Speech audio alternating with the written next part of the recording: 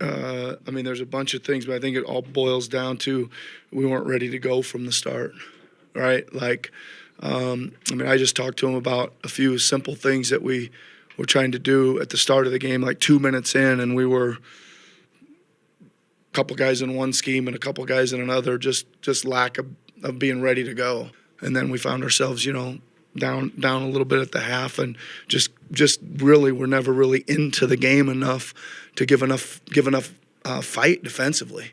We were back on our heels the whole time, not communicating well enough, not being physical enough to stand them up. We got, as you saw, we got in the open floor. We had guys back, and they'd knock us all the way into the basket and lay it in. Defense really starts with a couple things, right? First of all, it starts with effort.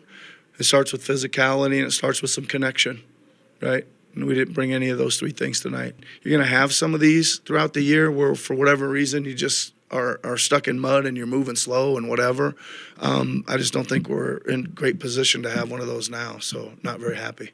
So at least next game is kind of going to be interesting to see how the team responds to Nick Nurse publicly roasting them about their effort and execution. And also, supposedly a Denver reporter was saying that they heard screaming and shouting and cursing after the game, and Nick Nurse supposedly ripped the team. So if they don't come out against the Cleveland Cavaliers and put up a fight, I mean, that is just proof that the Sixers team has tuned Nick Nurse out, and Nick Nurse has lost the locker room. So I'm actually kind of excited for next game to see how they respond, and I haven't felt that way in a while, so I'm hyped.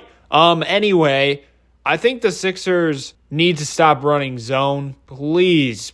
I can't stand it. It's so hard to watch when they go zone because it's going to end up in a wide open three. And the thing is, they can't make threes consistently as a team. So the defensive game plan, in my opinion, should be, okay, let's not give up three-pointers because we're not the best three-point shooting team in the league. So let's do our best to avoid the other team getting wide open threes. It's lazy defense. It just gives the Sixers an opportunity to be lazy. That's what zone defense is. That's what bad zone defense is. It's just a team being lazy because they're not properly rotating or communicating. If you're going to suck, at least just grow some big boy balls and play man-to-man the whole time. Play physical. I don't care. Foul every possession. Go back to fouling every possession, please.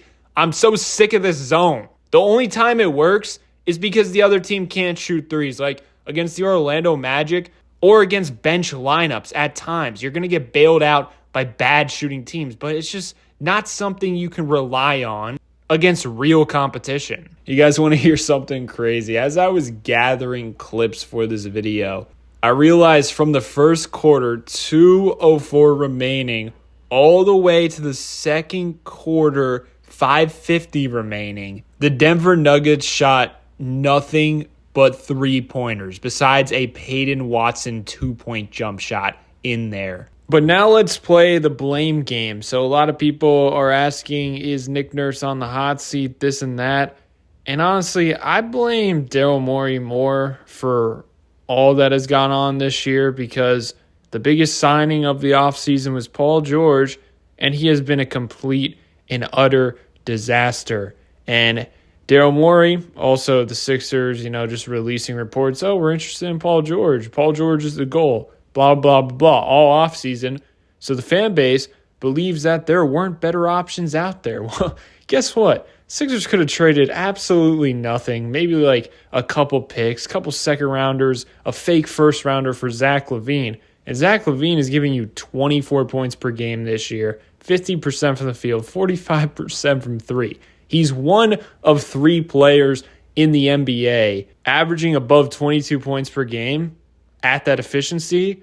And the other players are Nikola Jokic and Karl Anthony Towns. Like, this narrative that Paul George was the only option, and also if you were put in Daryl Morey's shoes, that's what you would have done. That narrative is a load of garbage because, first off, that doesn't matter. The results matter, and that signing looks absolutely horrible. Not only that, but just look at the roster. There's no playable point guard outside of Tyrese Maxey. All the vet minimum signings, Reggie Jackson, Kyle Lowry, Eric Gordon, Andre Drummond, they have been downright unplayable. And I tweeted something yesterday. I was like, do you guys realize that DeAndre Jordan is having a better season than Andre Drummond?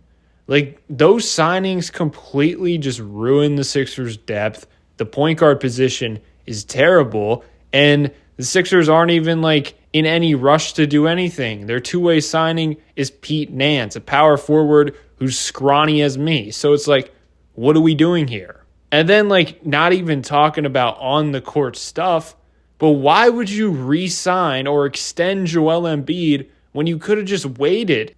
There was no reason to extend him before the season even started. It's just so pointless. Now, don't get it twisted. I don't think Nick Nurse has done a good job this year. I think he's been pretty bad, to be quite honest. But at the end of the day, I think the biggest reasons for failure this season is, number one, the health of Joel Embiid. And then Daryl Morey is up there before Nurse, in my opinion. And then right behind him, on his tail, getting pretty close, Nick Nurse. But I think Daryl Morey deserves way more criticism than he's been getting, straight up. Over his career, I've been impressed at drafting, but I think everything else is like, I don't see the hype. Let me know your thoughts below, though. Have yourself a great day, and peace out.